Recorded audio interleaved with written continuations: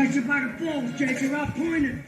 You're coming up your team. You're going to have to knock them out. Why did Truman Capote title his last book? I think it was. I think the title was The Dog's Bark, and I bought it. Why?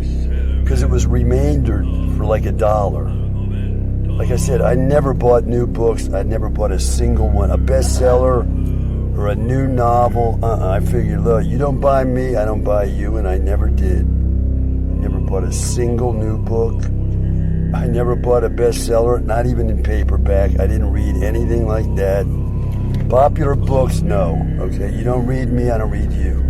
Okay, so I did buy this book by Truman Capote because I used to visit a bookstore every day. It was a Crown bookstore at East West Highway and Wisconsin Avenue in Bethesda. Used to walk there every day. And I saw this book for sale. It had a purple cover, black letters, and I think that the title was The Dog's Bark. And it was like Truman Capote's last book, and no one was buying it, so it was marked down to $1.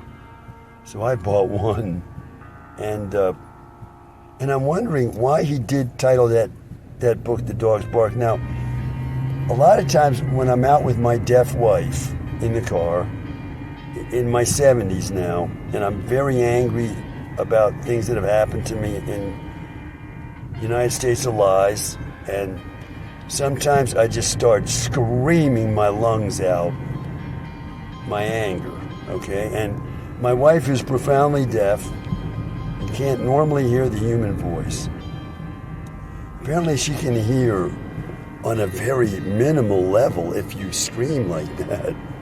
So she hears anything, I guess it bothers her, so sometimes it does upset my wife, and, well, I'll stop at that point. Well, the point is this. My wife has said that this screaming of mine or yelling that I do, she says I'm like a dog barking in the car.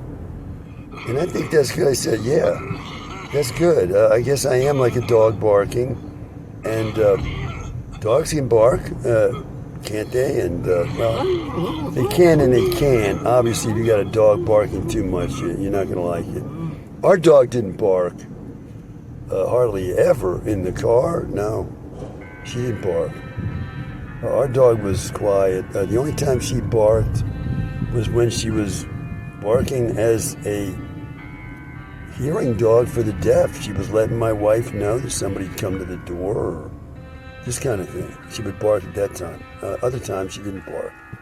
She wasn't a threatening dog. She didn't bite other people, this kind of thing. She's a very friendly, nice dog. Well, I'm just saying that my wife describing me as a barking dog, I accept it as accurate, and it makes me think of Truman Capote in that book he wrote. Now, he did title it The Dog's Bark, I believe. I could look that up, but I'm not going to, and I think that was one of his last books. I may be wrong about that. He may have written that long before he passed away, and it never sold, and it got remaindered, and I bought a copy for $1. I don't know. But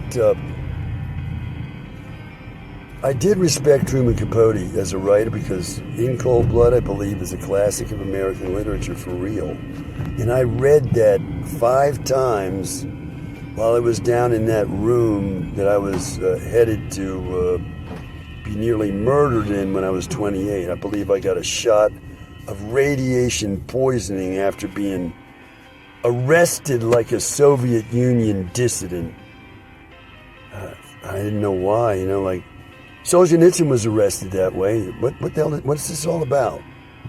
And they tell him there was some statements and letters he wrote that officials didn't like, and so it was off to Siberia for him. But as I recall in reading about Solzhenitsyn, his arrest was a lot easier experience than mine was. Okay, because I was in the United States, or something like that, as far as I knew, did not happen. So from the start of that thing, I was dumbfounded that this was happening to me in the United States. So ever since, it's over 40 years now that has happened. And, well, I still got to say that was an outrageous violation of my civil rights, and it's been looked upon as a righteous and good thing to have happened to me. It was called help and all this. It was an outrageous violation of my rights. I needed no such help, and I think I've proved that across the last 40 years. Well, those are my thoughts.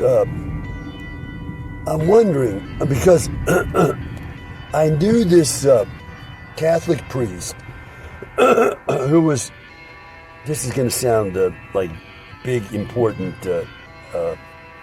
praise for him. He was the head of the Deaf Archdiocese of Washington, D.C. Now, that sounds very impressive, right? But the Deaf Archdiocese of Washington, D.C., if you went to the Catholic services for that archdiocese, were held at his parish in, what's the name of that area? I forget. Over there on the eastern side of Washington, D.C., getting toward the exit to Annapolis off 495.